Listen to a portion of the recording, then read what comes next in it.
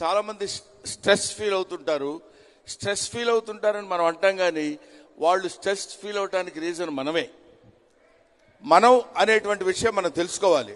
ముఖ్యంగా పేరెంట్స్ తెలుసుకోవాలి. ఎందుకు స్ట్రెస్ ఫీల్ అవుతున్నారంటే there are so many reasons నాకు తెలిసినప్పుడు, but only main reason is comparison. మన పిల్లల్ని వేరే పిల్లలతో కంపేర్ చేసి పక్క వాళ్ళ అబ్బాయి చూడు ఎంత బాగా చదువుకున్నాడో, ఎన్ని మార్కులు వచ్చాయో, మన పిల్లలు చూడు ఏం చదువుకోవటం లేదు, ఏమి లాభం లేదు, నువ్వు ఎందుకు పనికి వస్తావురా అని తిట్టినప్పుడు మాత్రమే అతను స్ట్రెస్ ఫీల్ అవుతాడు.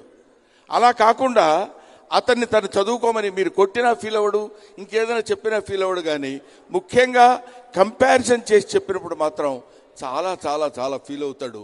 అటువంటి స్థితిలో పేరెంట్స్ ఉండకూడదు. తర్వాత వాళ్ళు సరిగా చదవటం లేదని మనం పెద్ద కంప్లైంట్ ఇస్తాం పిల్లల మీద. కానీ ఒక చిన్న విషయం ఏంటంటే, మనం తెలుసుకోవాల్సిన విషయం, మనం చెప్పాల్సిన విషయం, వాళ్ళు చదవటం లేదు కాదు, వాళ్ళు చదువుకునేటట్టు మనం చేయలేకపోతున్నాం. That is our inefficiency.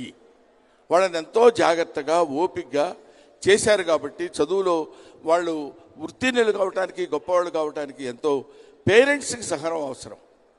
But life is a game, you play it, that's all. Life is a game, you play it. అలాగే జీవితాన్ని it's a challenge, meet it. ఏదో కష్టం వచ్చింది కదా అని మనం ఇబ్బంది పడిపోయి బాధపడిపోయి వెనకడుగు వేయొద్దు.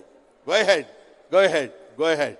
వెళ్ళినప్పుడు you will beat the success, you will definitely will get the success.